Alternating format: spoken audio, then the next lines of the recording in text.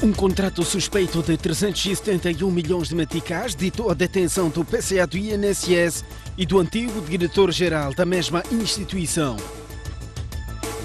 A Assembleia da República reprovou hoje a candidatura de António Frangules ao cargo de juiz conselheiro do Conselho Constitucional. Já está em investigação o caso de assassinato de agentes da PRM pelas Forças Armadas da África do Sul na fronteira da Ponta do Ouro.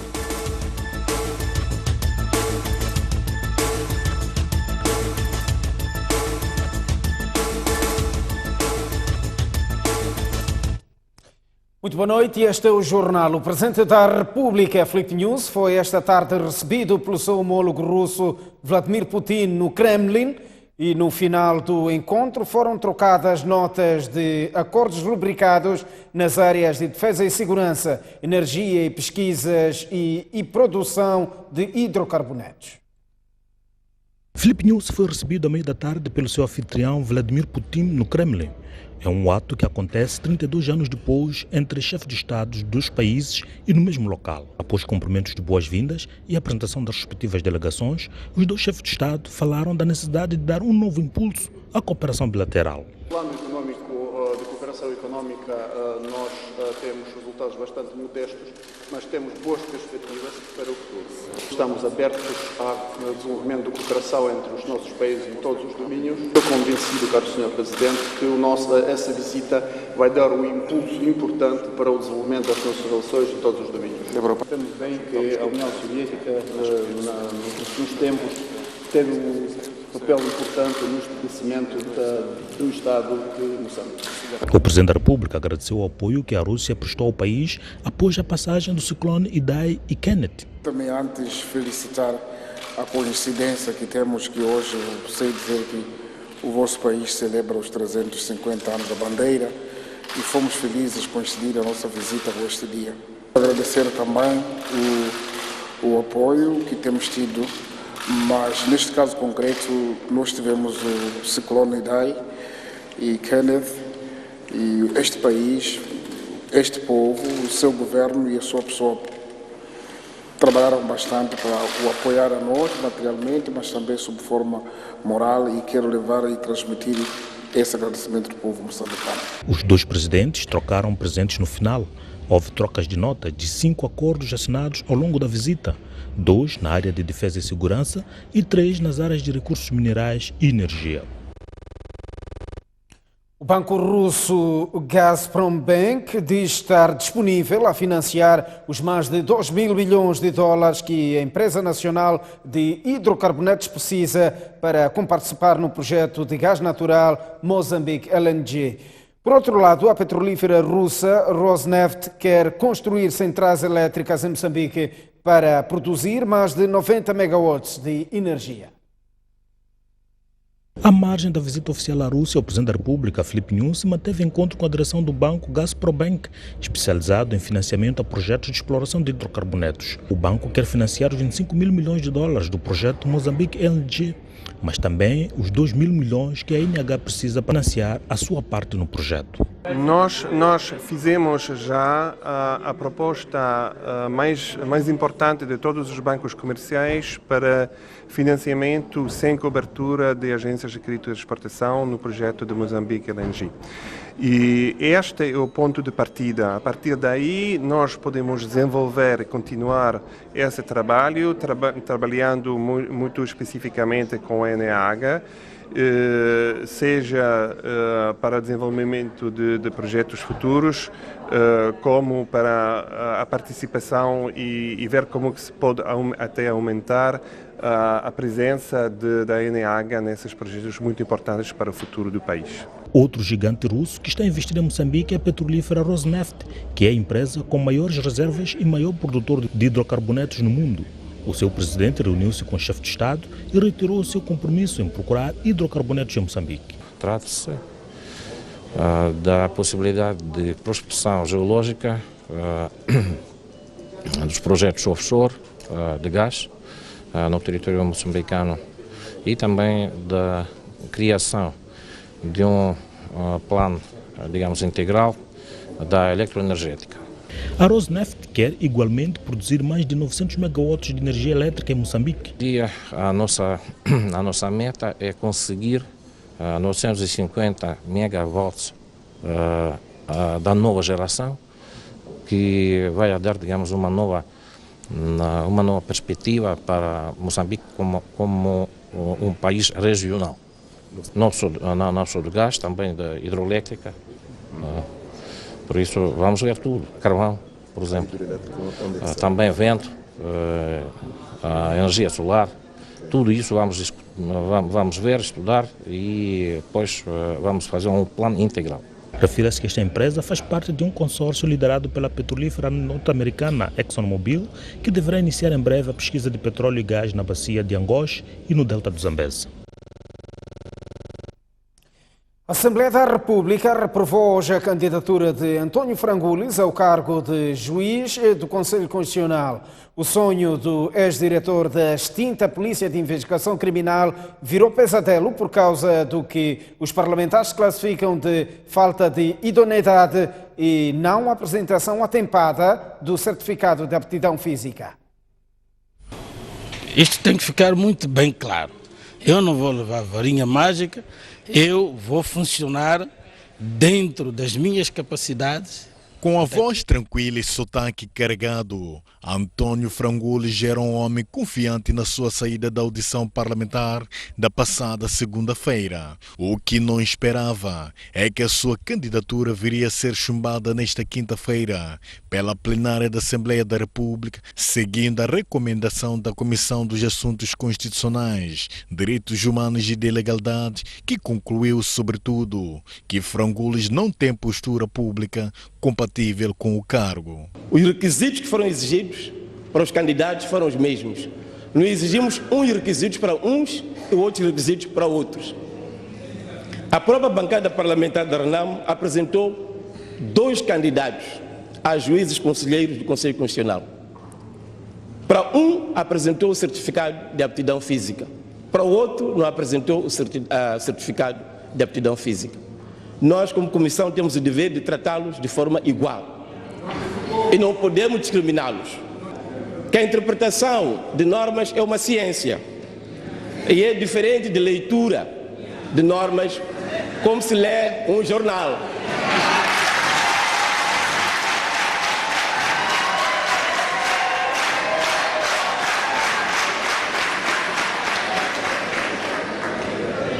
O argumento de Edson Macuacua é contrariado pela RENAMO.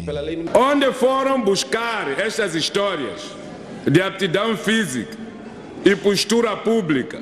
Caros colegas, não inventem requisitos. Além de ser desonestidade intelectual, é pecado. Sei que há religiosos na primeira comissão. Vão para o inferno por causa deste ato de hoje. Perante interpretações divergentes, estava aberto um cenário inédito no Parlamento. Temos uma situação atípica. Temos uma lista em que um dos candidatos, no mínimo, parece não reunir consenso. E foi a votação. Dos 189 deputados presentes, apenas 43 deputados da RENAMO votaram a favor da eleição. As bancadas da Frelimo e do MDM, com 143 votos, deitaram por terra a candidatura de António Frangulis. Não concordamos com a partidarização, a representação, a povoação, digamos assim. Este órgão está a ser povoado por comissários políticos dos partidos aqui representados e nós somos pela independência dos órgãos da justiça. Daí que, portanto, primamos pelo não.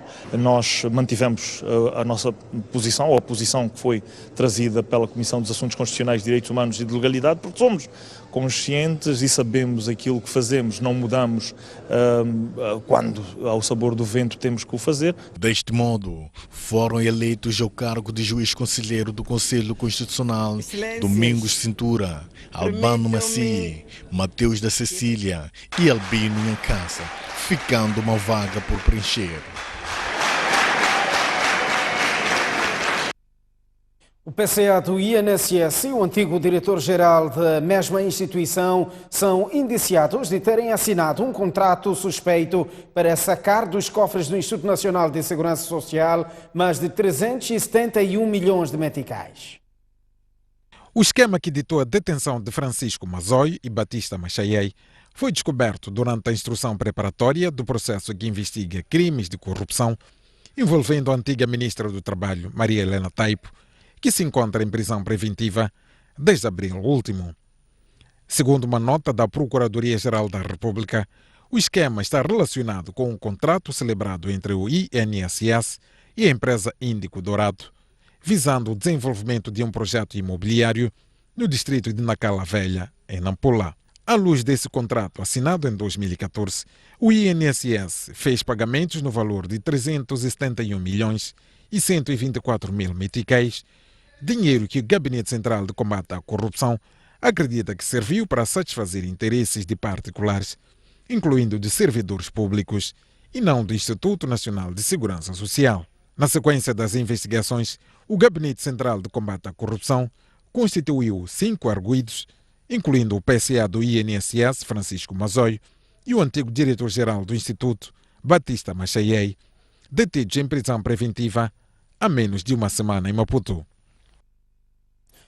Realizou-se hoje em Inhambane o último funeral dos 5 agentes da Unidade de Proteção de Altas Individualidades que morreram vítimas do acidente de aviação ocorrido na última segunda-feira no distrito da Masinga.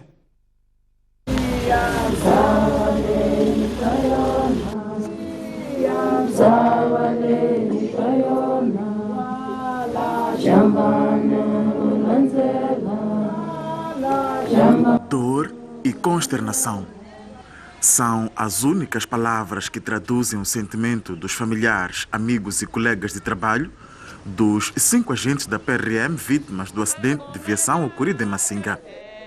Para a estatística pode ser apenas mais um número, mas para os familiares de Rui Matimbe, uma das 5 vítimas cujos restos mortais foram enterrar esta quinta-feira, foi-se um pilar da família. Em primeiro lugar, queremos agradecer pelo pai carinhoso, atencioso e dedicado que sempre se revelou, o que fará com que nunca esqueceremos de ti. Pai, pai, pai, aquilo que tínhamos e sentíamos nunca mais será o mesmo. Cedo partiu testemunho, mas o essencial é que nos mostrou os caminhos que deveremos seguir nesta vida.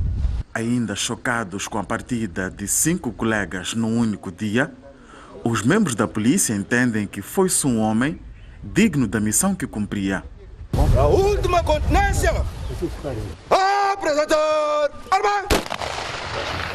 As qualidades demonstradas no exercício das suas funções fizeram com que Rui fosse promovido sucessivamente aos postos de guarda, segundo cabo e sargento da polícia, e posteriormente a patente de subinspetor da polícia. Rui cumpria as ordens superiormente emanadas com desvelo, pois era um homem obediente, humilde e corajoso. Por isso lhe foi confiado diversas tarefas complexas, que as cumpriu com êxito, quer em grupo, bem como individualmente. Visivelmente abalado, o governador de Inhambane participou em cada um dos 5 funerais para dar apoio às famílias enlutadas. Viemos acompanhar, portanto, os nossos colegas que perderam a vida durante o acidente que tivemos dia 19, quando íamos trabalhar em Masinga. É um momento de muita tristeza, muita consternação. Tivemos que dar apoio às famílias enlutadas e até este último momento em que acompanhamos o funeral dos nossos colegas. As cerimônias fúnebres contaram com a presença de familiares e amigos das vítimas, membros do governo de Inhambane e o vice-comandante-geral da PRM, Timóteo Bernardo. O comandante-geral da PRM diz que o caso de baleamento de agentes da PRM pelas forças sul-africanas na fronteira da Ponta Douro já está a ser investigado. Bernardino Rafael revelou que o ministro do Interior esteve na vizinha África do Sul semana passada para se inteirar do estágio das investigações. No dia 19 deste mês, Sua Excelência Ministro do Interior da República de Moçambique esteve na África do Sul, onde reuniu com as autoridades sul-africanas para dar passos subsequentes. Significa que há uma investigação. As Forças Armadas sul-africanas não tinham passado o problema para as estruturas para investigar e compreender que há necessidade de investigar, e neste momento o caso está na polícia a ser investigado e fazem parte também da estrutura de investigação os oficiais do nosso país. Portanto, está a seguir nos trâmites legais. Esperamos a qualquer momento poderemos ter a resposta. A nossa insistência era que o caso passasse para a polícia, porque nas Forças Armadas não existe a resolução. Houve demora, tivemos que fazer muita diplomacia, mas felizmente o caso já está com a polícia e teremos os resultados. Está ultrapassado. As obras de reabilitação e ampliação da Estrada Nacional número 6, que liga a cidade portuária da Beira e o vizinho Zimbábue, na fronteira com Machipanda, deverão estar finalmente concluídas em dezembro próximo. As obras de reabilitação e ampliação da Estrada Nacional número 6 deveriam ter terminado em abril de 2017, mas devido a vários fatores, com destaque financeiro, ficaram atrasadas. O ciclone Idai, que afetou Sofala em março deste ano, destruiu com gravidade cerca de 10 km de rodovia entre Inchope e Cidade da Beira. O fato contribuiu sobremaneira para derrapar ainda mais o tempo de execução. Nesta quinta-feira, o Ministro das Obras Públicas e Habitação visitou o troço para se inteirar dos trabalhos em curso, visando a reposição dos troços danificados, assim como as obras de conclusão do nó de Inchope, e anunciou que dentro de 30 dias o troço danificado pelos efeitos do ciclone Idai estará concluído e que até dezembro deste ano toda a empreitada estará pronta. Nós andamos quase 12 anos a dizer que estava a 95%, porque o grande problema estava aqui no nó, e temos também um pequeno problema à entrada de Chimoio, que tem a ver ali também com desvio ou retirada de algumas condutas de água, mas esse problema quase que não se nota na fluidez do tráfego. Agora, com o avançar destas obras, nós estamos muito próximo de 100%. É verdade que sofremos algum retrocesso no nível de execução causados pelos danos do ciclone Idai, mas no cômputo geral podemos considerar que as obras da N6 no seu todo rondam aí aos 97, 98%. Circulam nesta rodovia cerca de 15 mil viaturas por dia e destas, cerca de 5 mil são de grande tonelagem, o que pode contribuir para a danificação precoce da rodovia, daí que a solução passa por operacionalizar as portagens antes do final de setembro. Nós já devíamos ter iniciado este processo. Primeiro tínhamos que definir as taxas a ser cobradas, submeter estas taxas ao Conselho de Ministros. Isso já foi feito há sensivelmente 8 meses que as taxas já foram aprovadas.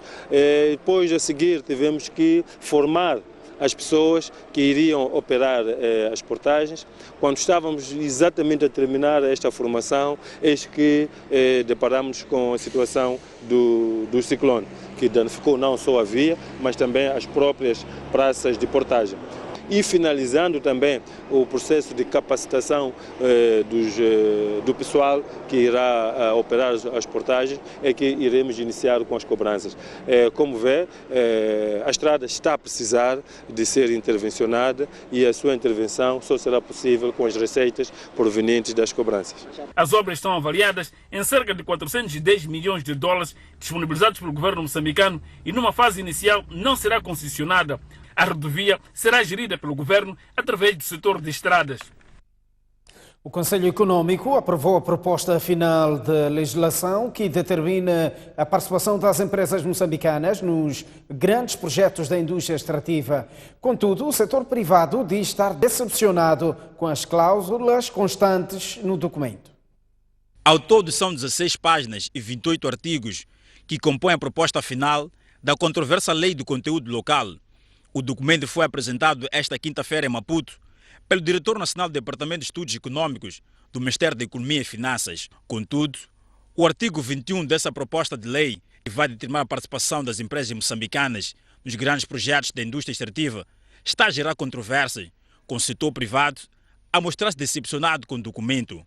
O acordo inicial que nós tínhamos, as discussões que nós fizemos com o CTA, a participação de moçambicanos não era via Bolsa de Valores, mas depois da última concertação que o CTA fez com Sua Excelência o Ministro da Economia e Finanças,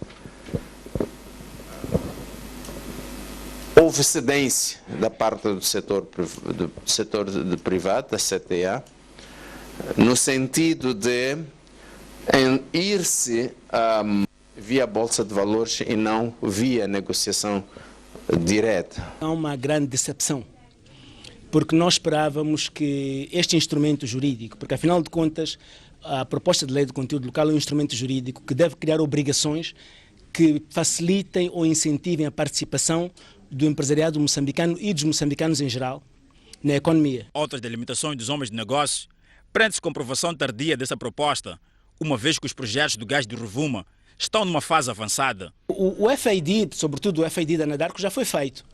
E estas questões, estas leis não se aplicam retroativamente. E, portanto, no que diz respeito ao FID da Anadarko, infelizmente o FID já foi feito e o EPC Contractor, que é a empresa que vai fazer a construção da planta, já foi escolhida. Isso quer dizer que os termos que vão ser aprovados em termos da lei do conteúdo local já não são aplicáveis à área 1 da Bacia do Rovuma, que é o projeto da Anadarko. E esperamos que seja aplicável ao projeto da Exxon, mas que seja melhorado, porque o projeto da área 4 ainda não fez o seu FID. O debate em torno da lei do conteúdo local iniciou em 2014, com a luz verde do Conselho Econômico, aguarda-se apreciação e aprovação pelo Parlamento.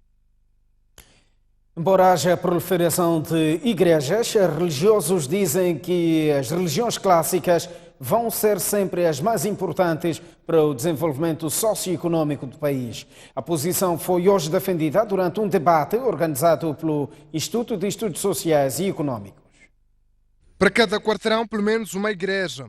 Mas isso não preocupa os padres da Católica e estes acham que não deve ser preocupação também para as outras igrejas clássicas. Eu acho que nós, as igrejas sérias, a igreja presbiteriana, as igrejas do Conselho Cristão de Moçambique e a igreja católica, não devemos estar preocupados porque nós estamos a perder militantes. Isso é um problema de Deus, não é um problema meu. A igreja católica, querer ou não, é sempre relevante, como é qualquer outra religião, mesmo a religião islâmica, muçulmana, é relevante. Por exemplo, no campo da educação, a Igreja Católica ou as outras religiões que também estão aqui fizeram muita coisa. Sobre a proliferação das igrejas e diálogo interreligioso há consenso, mas não há sobre a oportunidade da vinda do Papa Francisco a Moçambique. Não há memória de que o Papa visite um país em ano eleitoral. Portanto, muito menos que o Papa visite um país durante a campanha eleitoral. É só isso. Qual é a pessoa sensata que não está de acordo que o grande beneficiário de uma visita papal numa circunstância destas é o partido do poder? Bom, interpretam o que dizem. Ele venha durante as eleições ou depois, tem que vir. E quando ele vier, alguma coisa boa vai suceder. Depois, eu ou outros, se queremos criticar, vamos criticar. Mas é bom que ele venha. O debate organizado pelo Instituto de Estudos Sociais e Econômicos é de apenas um dia e junta religiosos e estudiosos da religião com o único objetivo de fazer a radiografia da Igreja em Moçambique desde o colonialismo até os dias que correm. Saímos a esta altura para uma curta pausa. Voltamos dentro de instantes com mais informação. Até já.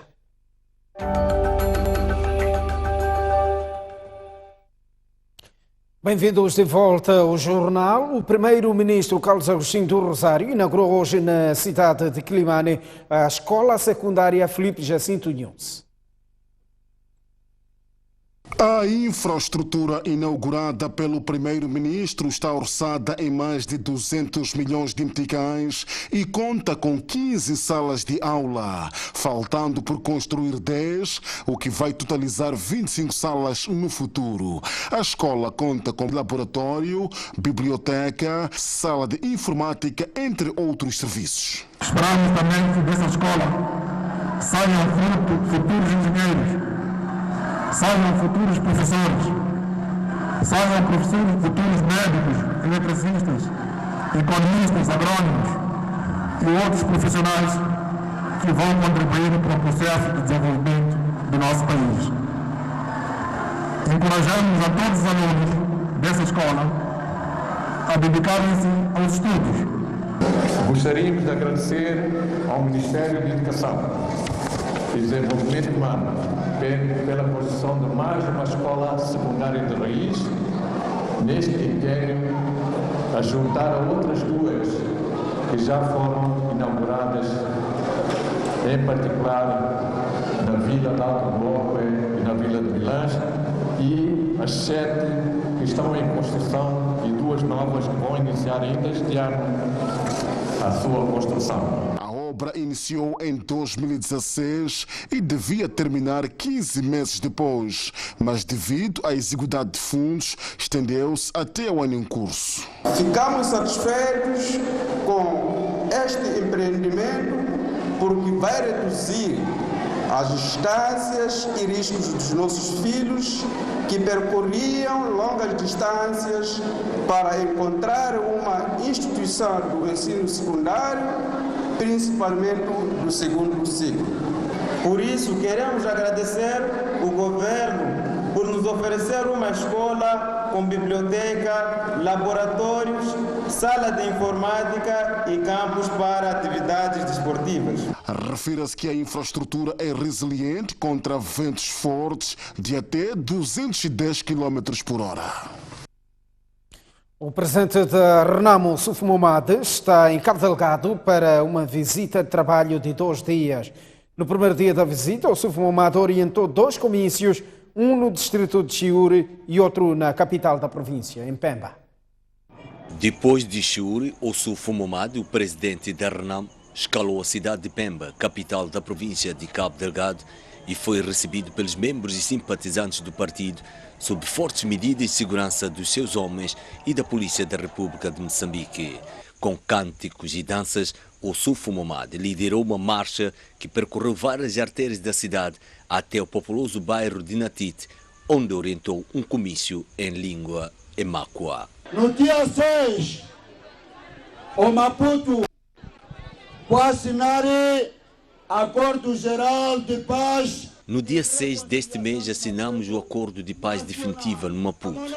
A guerra acabou e agora as atenções devem estar viradas para as eleições de outubro próximo, que temos a obrigação de ganhar para garantir o desenvolvimento do país. No seu discurso, o presidente da Renamo prometeu aos membros e simpatizantes do partido eliminar o fenômeno de corrupção em Moçambique. Nem pela também o malihá e corrupção. A Renamo tem um grande compromisso com o povo, que é acabar com a corrupção que está a comprometer o desenvolvimento do país.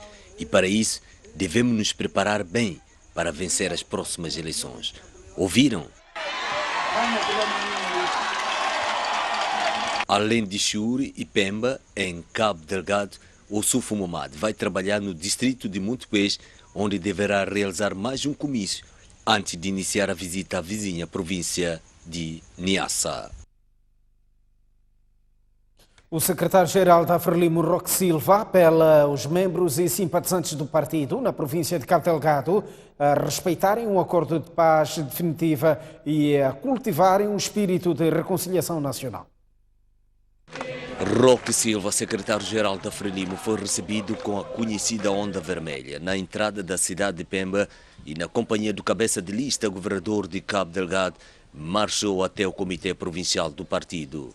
A agenda principal da visita são as eleições gerais de outubro próximo, mas no primeiro contacto com os membros e simpatizantes da província de Cabo Delgado, Roque Silva deu prioridade à questão da paz definitiva. Depois das armas serem entregues, aqueles nossos irmãos da Renamo que estão lá na mata, que não entraram nem no exército nem na polícia, eles têm que voltar a viver na sociedade onde nós vivemos. Aí está a grande responsabilidade que nós temos. A primeira grande responsabilidade é esta de aceitar que eles venham viver ao lado da casa onde eu vivo, mesmo sabendo dos males que eles fizeram ontem. Mesmo sabendo que matou meu irmão, mesmo sabendo que queimou meu carro, mesmo sabendo que levou meu gado. Mas por causa desta veia de reconciliação que o camarada presidente nos ensinou, nós teremos que saber conviver com esta realidade. Aí cada um de nós tem que abrir o seu coração. Além da paz definitiva, o secretário-geral da Frelimo falou dos ataques armados em Cabo Delgado e apelou aos membros e simpatizantes a evitar alianças com os insurgentes. Não podemos aceitar que as pessoas nos usem para pegar um outro mais, cortejar como se fosse um animal qualquer, por uma agenda que nós não conhecemos. Nós não merecemos isso. E é preciso estarem claros que essa agenda não é agenda de desenvolvimento. Em Cabo Delgado, Roque Silva vai reunir-se com os membros e simpatizantes da Frelimo e com o gabinete de preparação de eleições para avaliar o nível de prontidão para a campanha eleitoral. O académico José Castiano propõe a institucionalização do diálogo como mecanismo para uma verdadeira reconciliação nacional. O vice-reitor da Universidade Pedagógica de Maputo entende que a academia tem um papel determinante neste processo, mas atribui a grande responsabilidade aos políticos.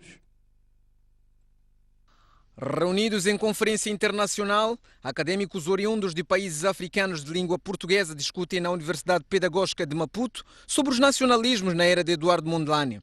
A grande reflexão que Moçambique quer aproveitar do encontro são as ressignificações sobre o lutar por Moçambique hoje, no contexto em que o desafio é a paz efetiva. Sobre o assunto, o filósofo José Castiano fala da necessidade do diálogo ser institucionalizado. É preciso institucionalizar o diálogo, é preciso institucionalizar o debate para além das eleições. Para o académico, essa institucionalização seria a implantação do diálogo como uma cultura, em qualquer circunstância que seja. Nesse âmbito, a academia tem um papel determinante, mas é aos políticos a quem Castiano imputa a maior responsabilidade. Teremos que ver o que depois dessas eleições, as instituições que vão sair dessas eleições terão que ser instituições que correspondam à ideia da reconciliação. Algo que é atestado pelo jornalista e filósofo Filomeno Lopes da Guiné-Bissau, um país que igualmente tem atravessado contextos adversos na sua política. Paz, progresso e a felicidade dos nossos povos. Com as armas não se pode construir isso. Temos hoje situações para voltarmos a pensar o ontem na perspectiva de um futuro, sempre pensando que hoje as condições são outras, mas há que ressignificar estes valores que ainda são importantes para os nossos países. A decorrer entre esta quinta e sexta-feira na UP Maputo, a Conferência Internacional sobre Nacionalismos na Era Eduardo Mondlane é feita em homenagem ao arquiteto da Unidade Nacional. A cidade de Nampula celebra hoje 63 anos de elevação a esta categoria. O edil da cidade diz que em 10 meses, desde que tomou posse, conseguiu pôr a cidade limpa e transitável através do tapamento de buracos.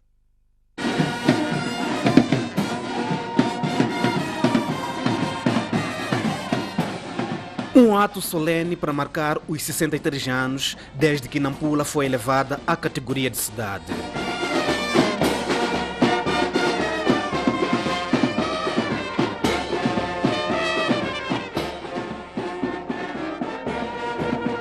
Seguiu-se uma marcha bastante concorrida que partiu da Praça dos Heróis até o edifício sede do Conselho Municipal, local organizado para as intervenções de ocasião.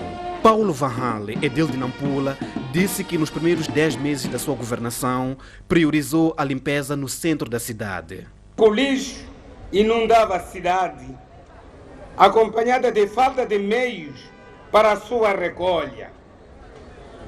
Para a resolução deste problema, o Conselho Municipal adquiriu 5 caminhões, dos quais 2 porta-contentores e 3 basculantes.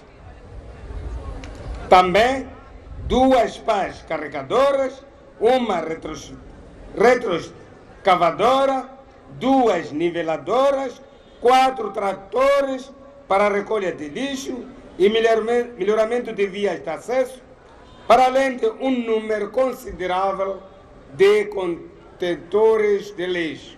Outro aspecto que tirava sossego na cidade de Nampula eram os buracos que tinham tomado conta de quase todas as estradas. O problema não foi resolvido definitivamente, mas foi encontrada uma solução paliativa de tapamento com saibro e alcatrão. Dentre várias atividades, a promoção da campanha de tapamento de buracos, a pavimentação do mercado crucista Guaresta, que se encontra neste momento em ação, deixa-nos motivados e relança maiores desafios com a expectativa de cumprir da melhor forma o nosso manifesto eleitoral. O representante do governador Vítor Borges neste evento assinalou a importância da coesão dos munícipes da chamada Capital do Norte para o alcance da almejada paz e reconciliação nacional.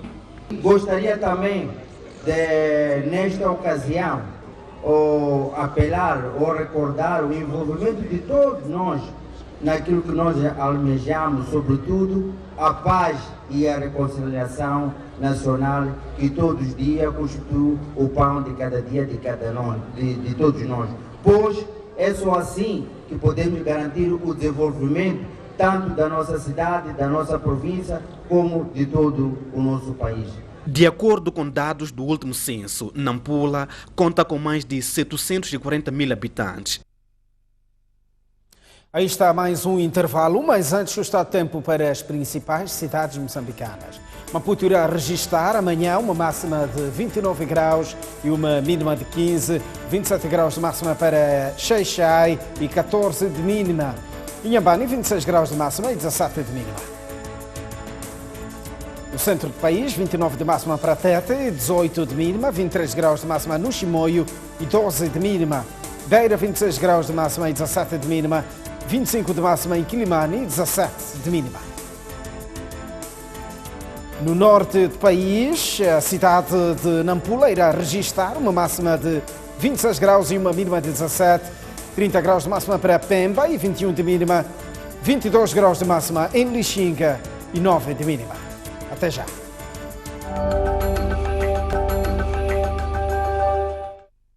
Retomamos o jornal e de olhos postos no desporto. O Ferroviário de Maputo venceu ontem o Costa do Sol por 75-60 em jogo de segunda jornada da Liga Moçambicana de Basquetebol Mozal. Diferença que espelham. No primeiro quarto, etapa na qual o Costa do Sol entrou melhor e o Ferroviário de Maputo revelou-se apático, o parcial foi de 12-12. O segundo quarto trouxe um Costa do Sol com melhor abordagem ofensiva, mas depois os campeões nacionais reagiram e foram ao intervalo a vencer por 1 ponto, 32-31. O terceiro quarto foi controlado pelo Costa do Sol, que se apresentou com clarividência, sendo que ao cabo desta etapa vencia por 6 pontos. 49-43. No quarto, o Ferroviário de Maputo fez os ajustes e apresentou-se muito bem, quer no jogo interior, quer no exterior, acabando por vencer por 75-60. Há que dar mérito ao adversário primeiro, é um adversário de grande nível, tem jogadores muito bons, jogadores de seleção. Nós começamos o jogo um bocadinho apáticos e terminamos a primeira parte assim mesmo. Mas acredito que no terceiro e quarto período entramos melhor, demonstramos uma parte do nosso basquete, não todo, claro, porque ainda há muito mais. Foi que se viu, eu não sei se é a maturidade ou a nossa inexperiência de finalizar o jogo. E o Ferro, naqueles momentos, grandes lançamentos, lançaram sozinhos. Nós tivemos aqui na defesa alguns momentos de distração. E eles souberam aproveitar e foi que se viu. O Ferro era uma equipa bem composta, com tudo, com lançadores, interior, com treinador, bom grupo. Eu acho que para ganhar eles nós temos que jogar 40 minutos e a jogar ao mais alto nível. Esta foi a segunda vitória do Ferroviário de Maputo na fase regular da Liga Moçambicana de Basquetebol Mozal. Excelente agora o Amarildo de Matos. No futebol, o Teste África derrotou esta tarde o Ferroviário da Beira por 1-0 em jogo da 17ª jornada do Campeonato Nacional. O jogo entre o Teste África e o Ferroviário da Beira era referente à 17ª jornada do Moçambola 2019. As duas coletividades usaram os minutos iniciais da partida para basicamente estudarem-se mutuamente. À passagem do primeiro quarto de hora da partida, os Fabris de Chimoio impuseram-se e passaram a dominar o seu adversário, contudo, não conseguiram transformar em golos as suas investidas. Foi assim até o apito para o intervalo.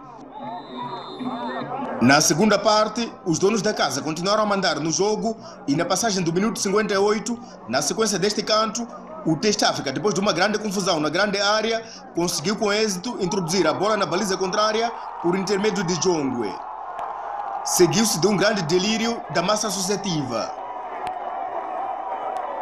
Os locomotivas da Beira operaram de imediato 2 substituições, todas elas para o setor ofensivo, e arregaçaram as mangas numa corrida para repor a igualdade, passando assim a pressionar o seu oponente. Foi uma segunda parte com sinal mais para os beirenses, mas os defesas da turma de Chimoio estavam atentos e todas as investidas dos locomotivas da Beira não resultaram em golos. 1-0 foi o resultado final. Fizemos um golo que foi suficiente para nós ganharmos o jogo. Estão de parabéns os jovens. Vamos continuar a trabalhar para conseguir uma vitória no próximo jogo. Esse jogo não tem nada que falar, é só parabenizar o Test África. Ontem, na abertura da ronda, o Bahia de Pemba venceu o Desportivo de Nacala por 3-1. Desportivo de Nacala entrou no estádio municipal de Pemba forte e determinado a vencer o jogo, mas donos de casa não intimidaram-se com a coragem do adversário. E logo nos primeiros 9 minutos, Iê, do Bahia de Pemba, aproveitou-se de uma confusão na baliza dos visitantes e marcou o primeiro golo. A partir daí, o jogo ficou equilibrado e, apesar de alguns perigos nas duas balizas, o marcador manteve-se com o resultado de 1-0 até o final da primeira parte. Na segunda parte, as duas equipas instalaram um bloco na defesa para evitar golos, mas ao ver que o Desportivo de Nacala estava inconformado com o resultado e tentava reduzir a desvantagem, o Bahia de Pemba foi obrigado a partir em contra-ataque para evitar o empate, mas não conseguiu. Aos 30 minutos da segunda parte, Edson invadiu a baliza dos donos de casa e repôs a igualdade que deixou o estádio municipal em silêncio.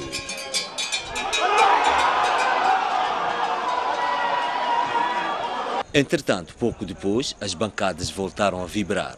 Com tanta pressão, a defesa dos visitantes cometeu um erro grave que terminou com um penalti. Chamado a marcar, Marcelo, que por pouco falhava a baliza, acabou mudando o resultado para 2-1. E como andam cansados de perder e para vingar-se de todas as derrotas que vêm somando no Moçambola 2019, os jogadores do Bahia, no lugar de defender o resultado, continuaram em contra-ataques. E quase no fim do jogo, aos 43 minutos da segunda parte, Ramadua rematou direto a baliza, dilatando ainda mais o marcador. Bahia de Pemba 3, Desportivo de Nacala 1, um resultado que foi até o final do jogo. Perdemos os nossos 3 pontos, vamos continuar a trabalhar. Tanto parabéns o Bahia, fez aquilo que devia ter feito, conseguiu os 3 pontos, mas espero que trabalhe mais para continuar a manutenção. Nós não conseguíamos marcar 2 ou 3 golos em menos de 2 jogos, mas hoje conseguimos marcar o golo. Em 2 jogos conseguimos marcar 5 golos, que é muito bom, é notável, está a saber que estamos a trabalhar para mudar. Com este jogo da 17ª jornada do Moçambola 2019, Bahia de Pemba soma 14 pontos e Desportivo de Nacala volta a casa com os 22 pontos. Agora as artes. O grupo Girassol